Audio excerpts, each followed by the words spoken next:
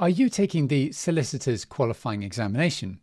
If so, this video is a practice test to help you prepare for the SQE 1 exam. The topic tested in this video is the doctrine of precedent. I will explain what you need to know for this subject, which I've set out in this easy to learn diagram.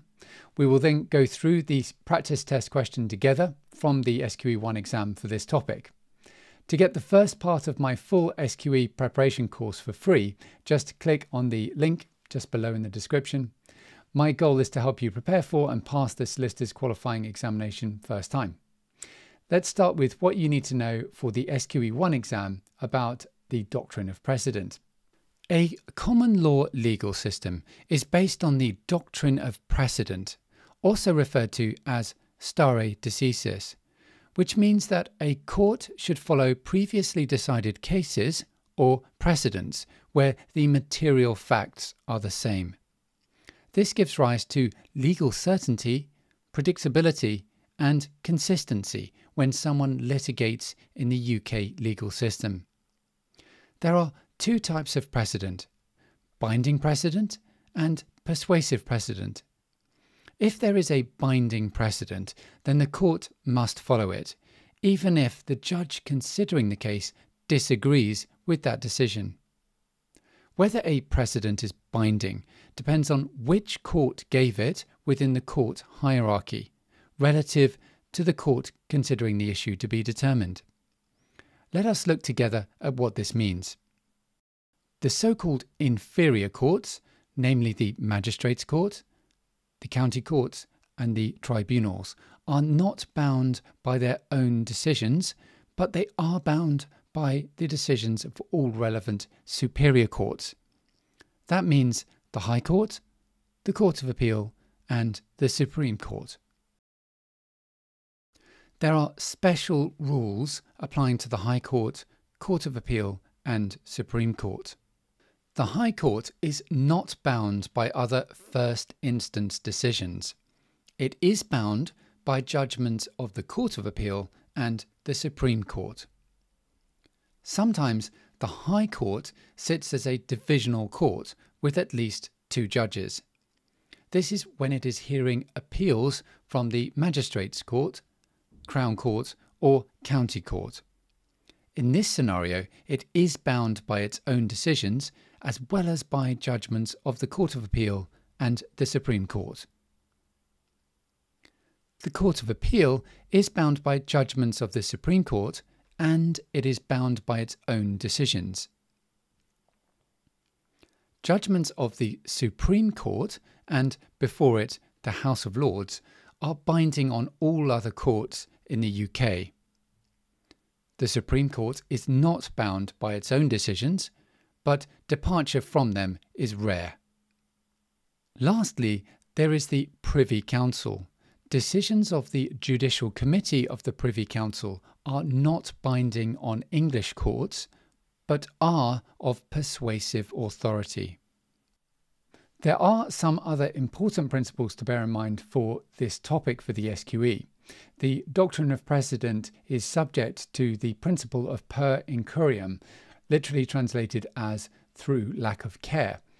A court is not bound to follow a decision of its own if it is satisfied that the decision was given per incurriam.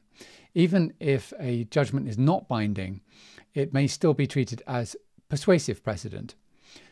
Persuasive precedent is precedent that the court may, but is not required to, rely on in deciding a case. We have the example of Privy Council decisions. Lastly, the binding element of a judgment, which is based on the material facts of that case, is referred to as the ratio decidendi. If a case contains a statement of law other than that based on the material facts of the case, this is referred to as obiter dictum. Such an obiter statement of law is only capable of being persuasive, not binding. Here is an actual sample question for the Solicitor's Qualifying Exam SQE 1. This is one confirmed by the Solicitors Regulation Authority as being the sort of question that you can get in the SQE 1 exam for this topic. In an appeal before the Court of Appeal, the appellant relies in argument on an earlier decision of the Judicial Committee of the Privy Council, which indicates that the appeal should be allowed.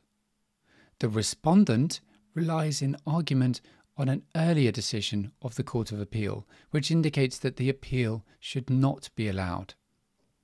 How should the Court of Appeal treat the two decisions to which it has been referred? A. The court should consider itself bound by the earlier decision of the JCPC. B. The court should consider itself bound by the earlier decision of the Court of Appeal. C. The court should consider itself bound by both earlier decisions and must transfer the appeal to a higher court. D. The court should treat both earlier decisions as having persuasive value only and must decide which of the two to follow. E. The court should treat both earlier decisions as without precedent value and should make its decision without regard to either. The answer is B. The court should consider itself bound by the earlier decision of the Court of Appeal. Now let's go through these one by one. A. The court should consider itself bound by the earlier decision of the JCPC. No, we know that decisions of the Judicial Committee of the Privy Council are not binding on English courts, but are only of persuasive authority. C. The court should consider itself bound by both earlier decisions and must transfer the appeal to a higher court. Again, the answer is no, because decisions of the Judicial Committee of the Privy Council are not binding on English courts. E. The court should treat both earlier decisions as without precedent value and should make its decision without regard to either. That's not right, because we know that the Court of Appeal is bound by its own decisions. D. The court should treat both earlier decisions as having persuasive value only and must decide which of the two to follow. Well, that's true of the Privy Council, but not of the earlier Court of Appeal judgment, so no. B. The court should consider itself bound by the earlier decision of the Court of Appeal. Yes, that's right. It is bound by its own decisions. I hope you found this helpful. To get the first part of my full SQE preparation course for free, just click on the link below. We go into a great deal more depth there about everything you need to know about this subject for the SQE 1 exam. See you in the course.